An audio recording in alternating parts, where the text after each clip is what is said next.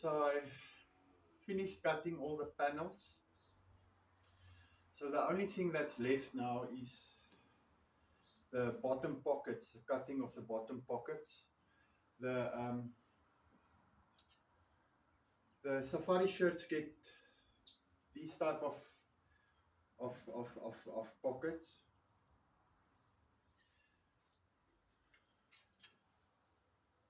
So what I usually do is I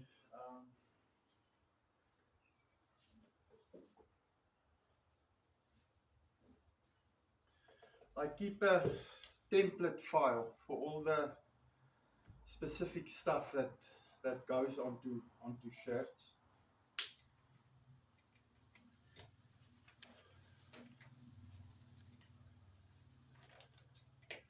So these are basically just the patterns or specific patterns that I use on the different shirts, and this is the one for the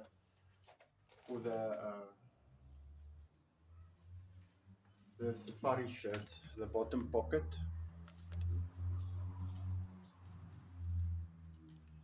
It's just nice to keep all of it in a file. I have the templates for the zipped pockets, the the plackets, and all of that. A lot of people do that.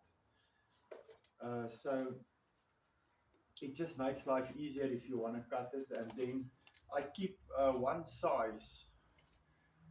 Then at the end of the day, when you if you make different sizes shirts, you can just use the one template and then make it smaller. So it's the exact template of how the pocket will look at the end of the day. Um, so it is just a nice template that you have in a file, and you can always use it and reference to it quickly. So what we'll do is we'll just cut the last two pockets now.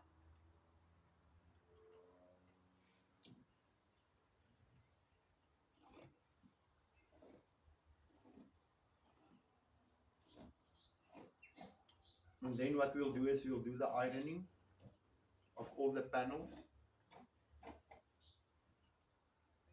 And then it's ready. Unfortunately, with these shirts, these safari shirts, especially these old school safari shirts as well, you you have to do ironing, lots of ironing. So it's better not to put all of them to do all the ironing at the same time. So you cut, you iron, and then you sew.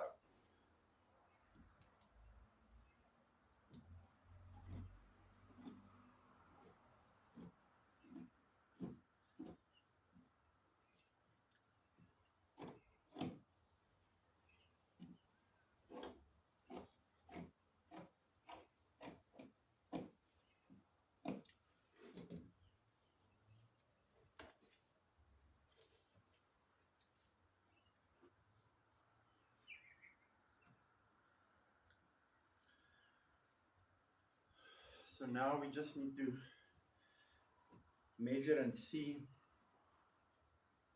exactly. It's basically 3 centimeters on each side that the pocket gets folded in, and at the top it's also 2 folds of 3 centimeters. So these things, this reference file, I keep a sample pocket as in there as well. So these reference files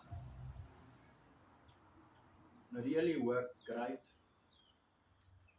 if you manufacture these shirts or pants, or you need to do pockets, or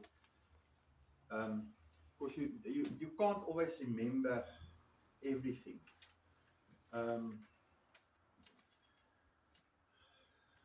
So it's good have these reference patterns. So in the next video we will do the ironing, and then after that we will do the sewing of the shirt, and then we're done.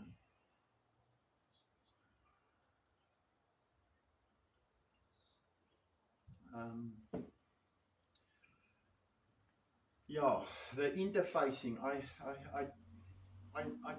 don't enjoy putting interfacing on here on these shirts, but I decided I'll do it. Usually I do just a thin strip because these shirts are lightweight shirts, and I prefer not having interfacing on these shirts if it's not necessary. But I decided this time, let me put it, it will give a little bit of structure. It's in any case a thin interfacing. And it will just give a little bit of structure here. But these shirts are lightweight shirts. So, yeah, so I think that is it. In the next video, we'll do the ironing and finish the last stuff up.